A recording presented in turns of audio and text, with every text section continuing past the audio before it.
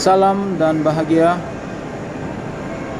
kepada rekan-rekan calon guru penggerak yang hebat, kepada Bapak Yaya sebagai fasilitator, dan juga kepada Ibu Eli Fitriana sebagai pengajar praktik. Saya Asaro Herman Hulu, calon guru penggerak dari Kota Pagar Alam, dari SMP Negeri 10 Kota Pagar Alam. Di dalam kesempatan ini saya menyampaikan tugas tentang koneksi antar materi dalam modul 2, khususnya 2.3, yaitu tentang koneksi antar materi.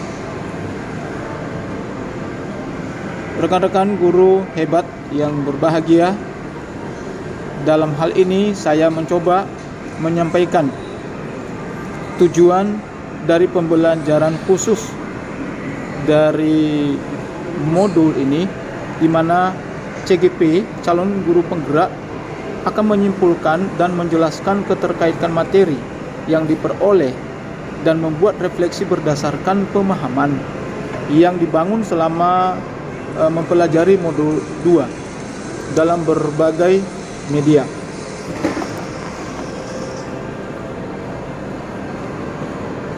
Yang berikutnya yang perlu kita ketahui di sana adalah tentang masalah pengertian coaching.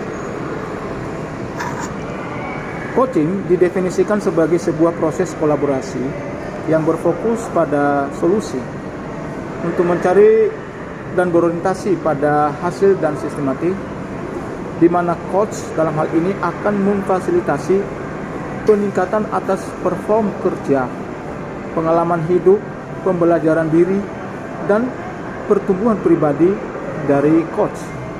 Itu yang disampaikan oleh Grant 1999. Sedangkan Whitmore 2003 mendefinisikan coaching itu sebagai suatu kunci membuka potensi seseorang untuk memaksimalkan kinerjanya.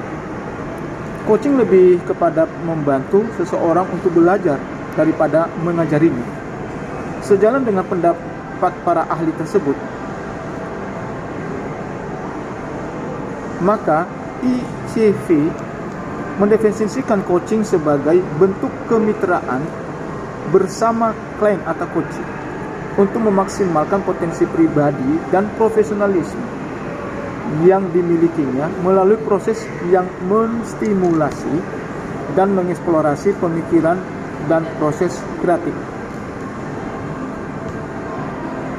Teman-teman guru hebat, di situ kita akan melihat praktek coaching itu adalah suatu paradigma berpikir coaching. Yang pertama, fokus pada coaching atau rekan atau klien yang akan dikembangkan. Yang kedua, bersikap terbuka dan ingin tahu. Ketiga, memiliki kesadaran diri yang kuat. Yang keempat, mampu melihat peluang yang baru dan masa depan. Prinsip daripada coaching adalah kemitraan, proses kreatif, memaksimalkan potensi. Yang ketiga yaitu kompetensi inti coaching. Yang pertama adalah kehadiran penuh atau presence. Kedua, mendengarkan secara aktif. Yang ketiga, mengajukan pertanyaan yang bersifat berbobot. Yang berikutnya adalah coaching dengan alat cerita, yaitu menemukan tujuan dari permasalahan. Yang kedua, mengidentifikasikan permasalahan yang telah dihadapi. Yang ketiga, membuat rancangan secara aksi. Dan yang terakhir adalah penekanan terhadap tanggung jawab. Nah, dalam hal ini koneksi antar materi dari 2.1 tentang pembelajaran berdiferensiasi. Dalam pembelajaran berdiferensiasi dilakukan suatu pemetaan kebutuhan belajar, meliputi kesiapan belajar, minat belajar siswa, dan profil belajar murid. Hasil pemetaan tersebut dapat digunakan murid atau coach dalam proses coaching. Seorang coach mampu mengoptimalkan potensi yang ada pada murid ya pada murid untuk apa? Untuk menemukan solusi terbaik dalam proses pembelajaran individual muridnya. Kemudian di dalam modul 2.3 coaching untuk supervisi akademik. Masuk kami dalam 2.2 pembelajaran sosial emosional. Lalu masuk kepada 2.3 yaitu coaching untuk supervisi akademik. Dalam melakukan proses supervisi akademik dengan paradigma berpikir coaching, seorang guru membutuhkan keterampilan sosial emosional, yaitu kesadaran diri, manajemen diri, kesadaran sosial, keterampilan berelasi, dan pengambilan keputusan yang bertanggung jawab. Seorang coach perlu memahami dan menumbuhkan kompetensi sosial dan emosional agar mampu mengendalikan diri dan menuntun coaching sehingga terwujud proses yang memberdayakan. Nah, sekarang pertanyaan adalah bagaimana peranan saya sebagai seorang coach di sekolah dan keterkaitannya dengan materi sebelumnya di paket modul 2 yaitu pembelajaran berdiferensiasi dan pembelajaran sosial emosional.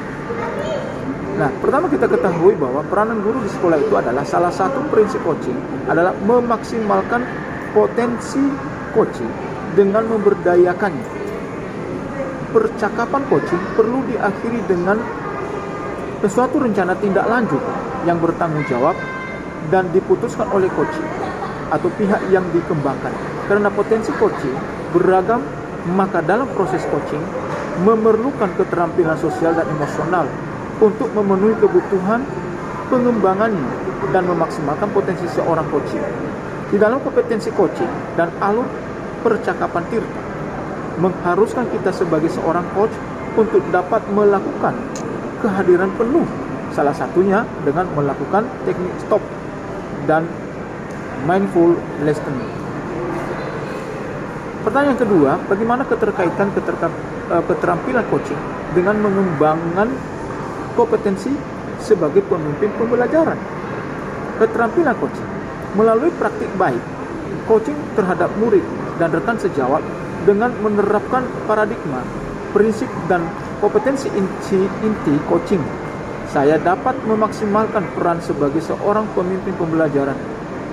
Coaching menjadi salah satu proses untuk memastikan bahwa supervisi akademik yang diupayakan benar-benar fokus pada proses pembelajaran yang berpihak pada murid dan sebagai bentuk pengembangan diri dalam menguatkan peran sebagai pemimpin pembelajaran.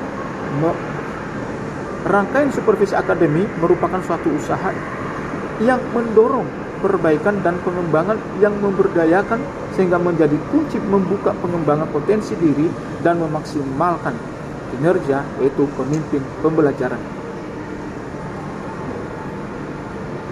Bapak Ibu hebat yang berbahagia, demikianlah yang bisa saya sampaikan.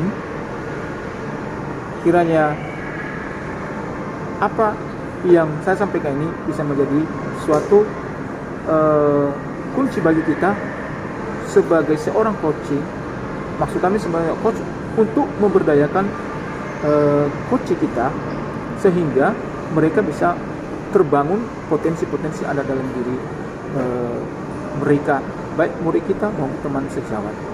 Terima kasih, salam dan bahagia.